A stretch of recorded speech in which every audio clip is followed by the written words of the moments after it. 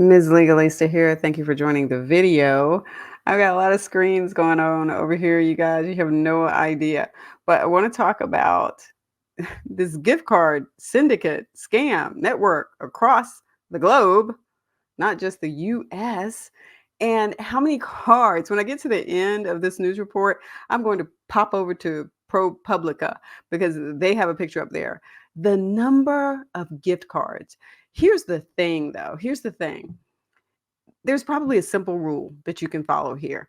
If you want to give someone gift cards, if you want to purchase gift cards to give them to people for graduation presents, birthday presents, Christmas presents, whatever, purchase them from the retailer online or only purchase them in places where they are locked up and that an employee or manager or someone at that retail establishment has to unlock the cards, the cabinet where they are, and hand it to you.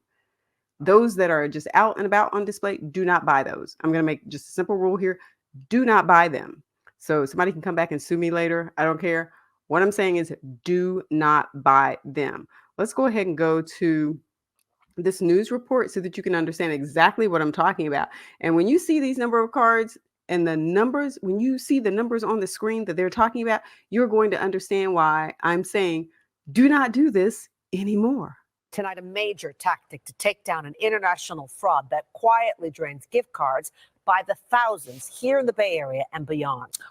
Investigators believe thieves are working together to steal your balance and send it overseas. Let's bring in our consumer investigator, Chris Kimura, who's been really connecting the dots for months. And gift cards is a big deal because so many of us use them. And we get lots of complaints about it. And yeah, we first showed you this a couple months ago, a photograph that just really opened our eyes. Look at that. We thought it was a one-off. Wow. One man quietly arrested one night in one Sacramento store with more than 5,000 gift cards. This was not a one-off, not even close. This is the video that piqued our curiosity. He fell to the ground and he had gift cards like a piñata just kind of flew out. After this takedown at a Target store, the Sacramento district attorney charged Ning Ning's son with attempted grand theft. Investigators accused Sun of quietly taking thousands of gift cards off store shelves, then putting them back, but only after someone tampered with them to steal the money a shopper would later load on the cards. The way that this is done is very sophisticated. The cards are taken without any sort of value on them. They're tampered with in a way that is not detectable, and then they're reshelved. Sun's case seemed unusual, even to the deputies who arrested him. We weren't sure initially what he was doing when we were watching him on camera. But since then, police told me they seized almost 1,900 cards from the two suspects. Our teams combed through dozens of news reports. They located the suspect vehicle and found 4 huge bags full of gift cards. And police reports, coast to coast. Deputies in the Low Country say they found nearly 7,000 gift cards. We found at least 24 other recent cases where cops have arrested people with a huge number of gift cards believed to be compromised. From 800 cards seized in Ventura County just a week ago to a whopping 6,900 gift card haul in South Carolina in March. In all, we've found more than 30 arrests, plus more than 45,000 cards collectively confiscated in at least 12 cities and states.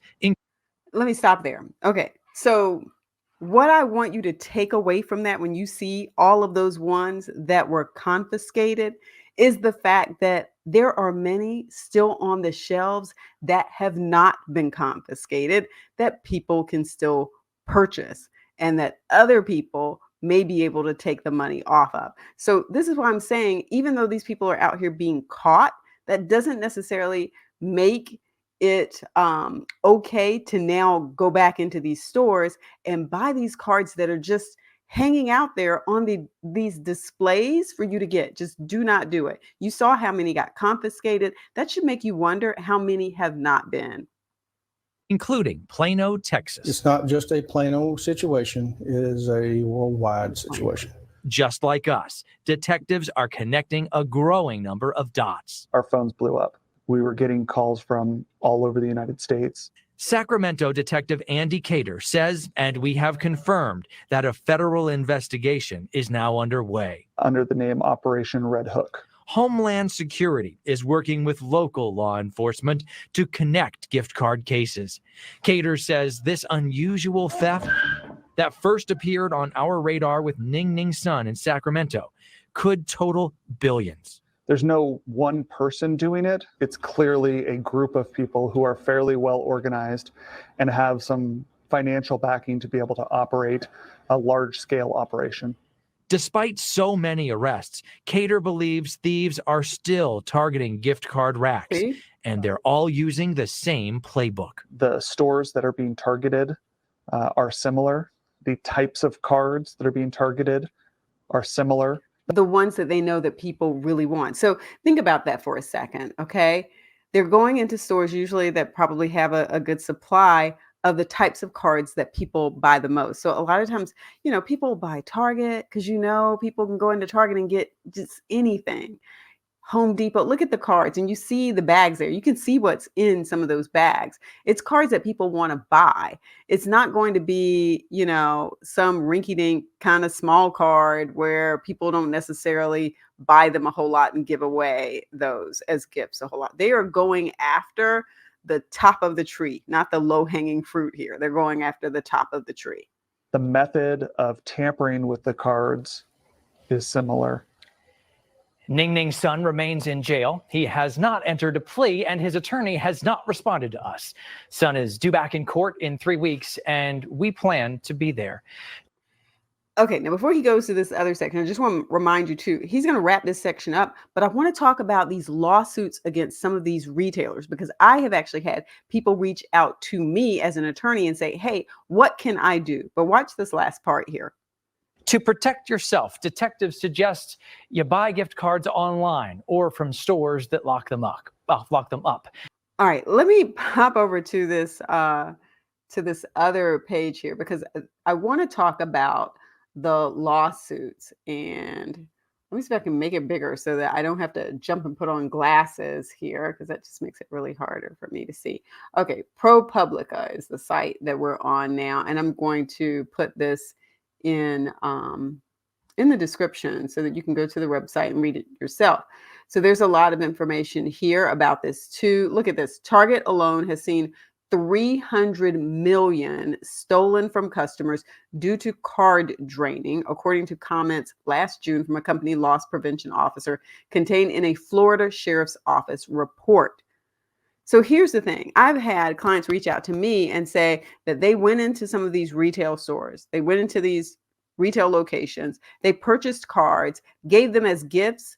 And then the person that they gave them to said, hey, there's nothing on the card. There's no money on the card. And then they go, well, let me take it back to this retailer where I purchased it. And that retailer says, oh, well, it's not our problem. Yes, they are the cards up here. And yes, you purchased it from this store, but you actually have to contact that card company. So for instance, if it's Home Depot, you need to call them, not Walgreens where you purchased it from. And so that has been the playbook for a lot of these retailers. They refuse to put the cards in lockup, and then they refuse to give people their money back when these cards have obviously had some sort of fraud going on with them. It says here, more broadly, almost 60% of retailers said they experienced an increase in gift card scams between 2022 and 2023. Between 2019 and 2023, Americans lost close to $1 billion in card draining and other gift card scams, according to the Federal Trade Commission. Now, here's the next part that I really want to point to. These lawsuits. Target and Walmart have faced class action lawsuits from consumers who bought or received gift cards only to discover the balance had been stolen. I'm telling you this as a fact because I have had some of these clients come to me upset because they have put money on these cards and then the money is not there.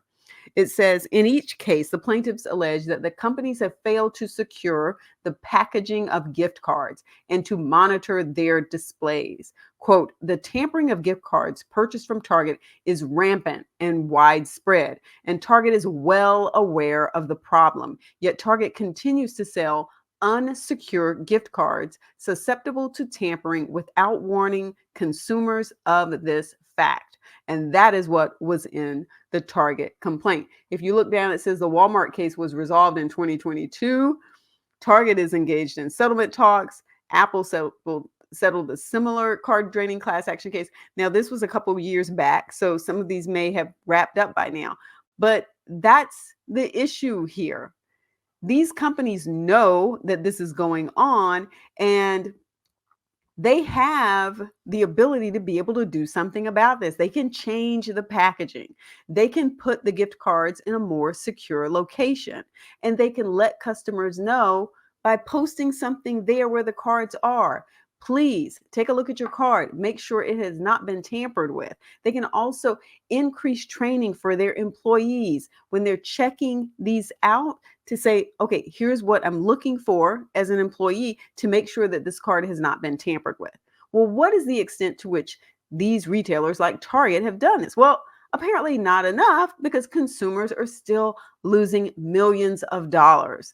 And a lot of times it's not falling on the retailer, it's falling on people like you and me who are out here buying these cards, putting money on them, giving them as gifts, only to find out that those cards got hacked and that money is not there. So there is definitely something different that needs to be done here. A lot of times this is what it takes. It takes a lawsuit against those parties to hold them accountable. All right. Hope that brings you up to speed. I hope that provides you with some insight, some warning. Hope that changes your behavior in terms of what you're looking for and what you're going to do when you say you're going to buy some of these gift cards and give them to other people. Don't forget to like the video. Don't forget to subscribe. Peace.